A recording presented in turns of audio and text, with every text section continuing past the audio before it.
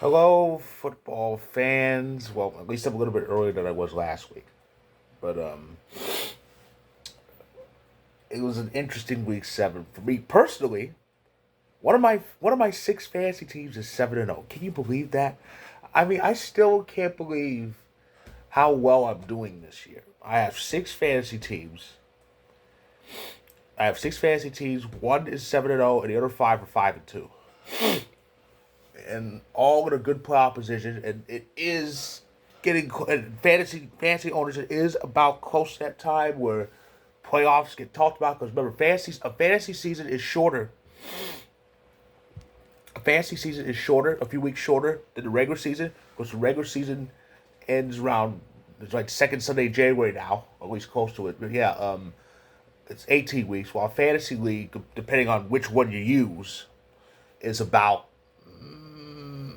is about what it can be 14, 15, 16 weeks, up to that, a regular season, that is. But usually a standard fantasy league is about 15 weeks. 15 regular seasons and 2 week playoffs. But anyway, back to the business at hand, which is last week. So, of course, there are no undefeated teams left because the Eagles and Niners lost last week.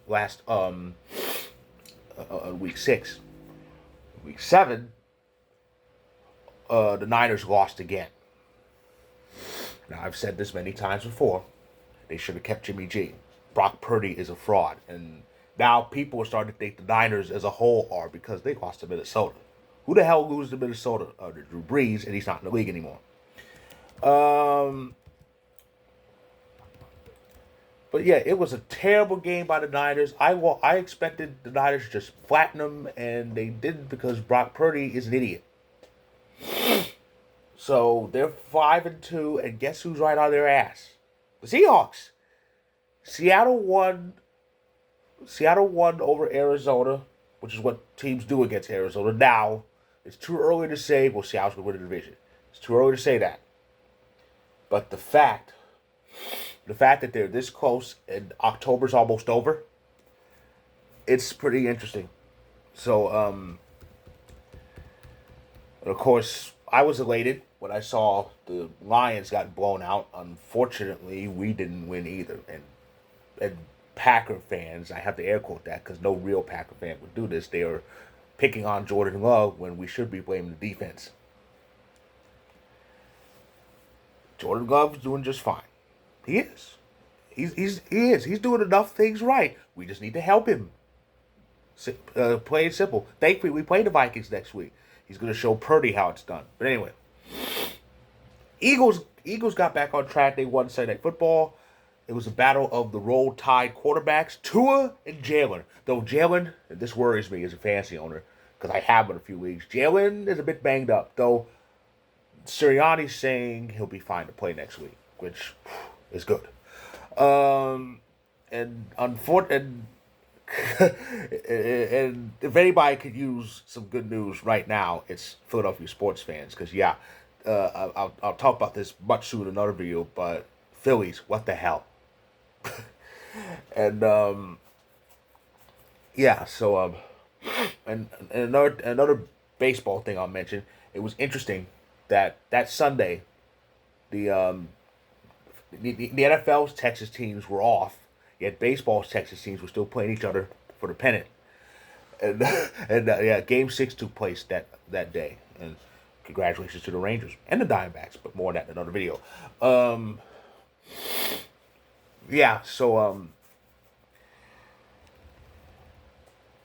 I mentioned the NFC North. Like I said, the Lions lost, we lost.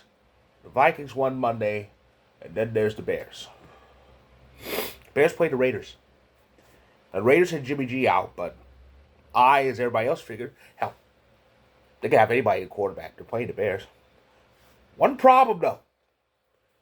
Their coach doesn't have any brain cells. Seriously, why the fuck is Josh McDaniels still employed? How is he still employed? Well, I know how, but how? I mean, idiots like him are the main reason why there's an outcry about a lack of diversity in the NFL when it comes to hiring head coaches. Because it seems like any white guy could get hired, but they don't give But there's a lot of qualified black coaches out there, and they're not even being considered.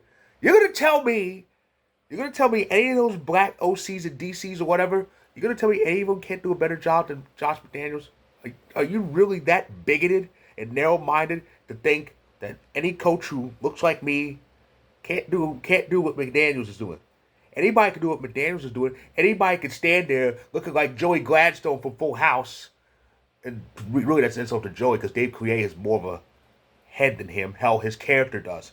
But yeah, anybody could just stand there looking like Joey from Full House, not knowing which way is up and not knowing how to do simple math, and going for field goals when they shouldn't, and letting pop water teams like the Chicago Bears ball them out. Any fucking moron can do that. They can't fire him either because they're stuck with him. Because Mark Davis gave him too much money. So I think I was told he got a 4-year deal. So they're stuck with him for 2 more years. Oh boy. This shit is part of why Devontae Adams is unhappy. And just because I got this, I'm not going to be one of those many Packer fans saying, well, you got what you asked for. Mm-mm. Yes, he asked to go to the Raiders, okay? But he did not ask for this shitstorm to happen. He didn't know this shitstorm was going to happen. He didn't expect Carr to be gone. He sure as hell didn't expect McDaniels to be the coach. So and by we I mean Packer fans, we need to take it easy on Tay. We really do. We shouldn't pick on him because, well, he chose to go to Raiders. Yeah, he did. But that's all that was under his control. Everything else that happened around him was beyond his control. So the Bills had another one of those games. They tend to have those like once or twice a season where they either play faulty and get away with it or play faulty and don't.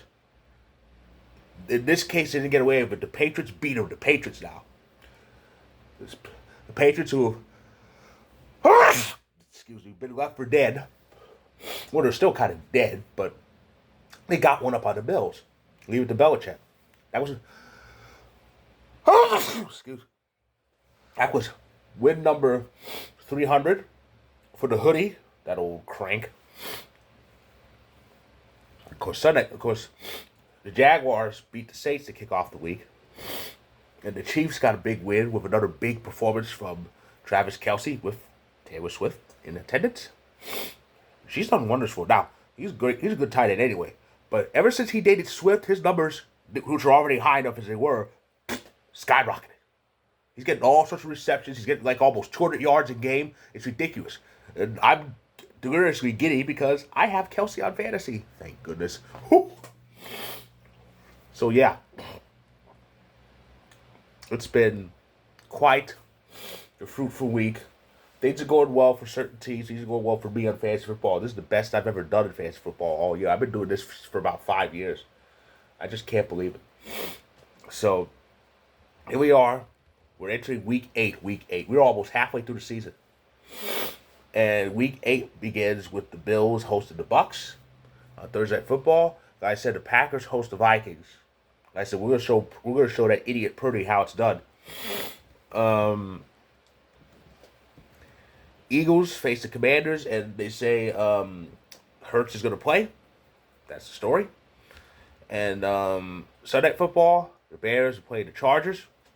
Wonderful. That's their second straight game against a team with an idiot coach. Though I'd like to think Staley has about a few more brain cells than McDaniels, but in fact, who doesn't? Monday Night Football, speaking of McDaniels, and this sickens me, the Raiders are playing the Lions. I, as a Packer fan, am cringing right now. I'm going to have to trust that mealy-mouthed moron to beat Detroit. Even worse, it's in Detroit. Oh, boy. The only way the Raiders have any chance of winning is if Josh gets lost somewhere in Motor City. As dumb as he is, that might happen. So that's my recap of week number 7. Like this video, quick like. For those on YouTube, click the subscribe button. For those on TikTok, hit that follow button. My story will be featured. I'll be back very, very quickly to get baseball fans ready for the Fall Classic. It's going to be good. So stay tuned.